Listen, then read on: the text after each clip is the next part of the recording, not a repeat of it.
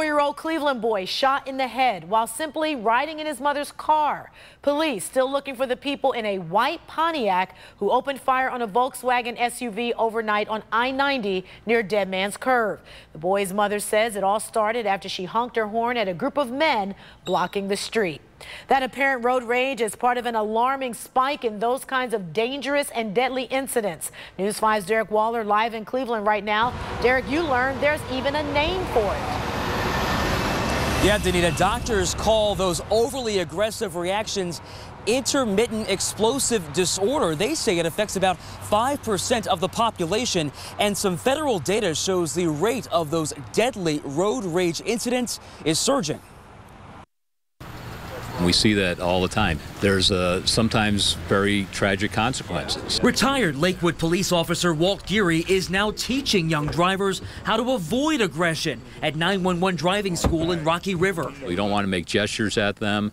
You don't want to start calling them names or even pointing at them. The other person, you don't know how they're going to take to that. Overnight, Cleveland police said someone fired 8 rounds of bullets at this Volkswagen SUV driven by a Cleveland mom. Her 2 kids in the back seat. Her 4-year-old son suffered a bullet wound to the head. It happened after she honked at some men blocking this Cleveland street, and they followed her. She told police she didn't know the men. Investigators are not so sure. We don't know yet if she knew the assailants. We do know that the suspects fled after they shot at the vehicle. And federal data shows deadly road rage incidents surging nationwide, from just 70 reported cases in 2006 to more than 400 in 2015.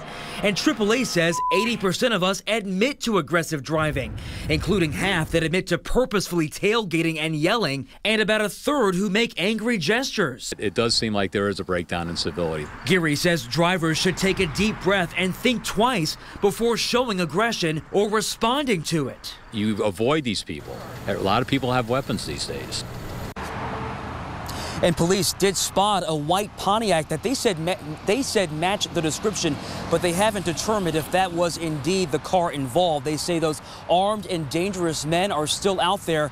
They also told us that that bullet did not hit the little boy's brain. And tonight he is recovering at Rainbow Babies and Children's. Live in Cleveland, Derick Waller, News 5.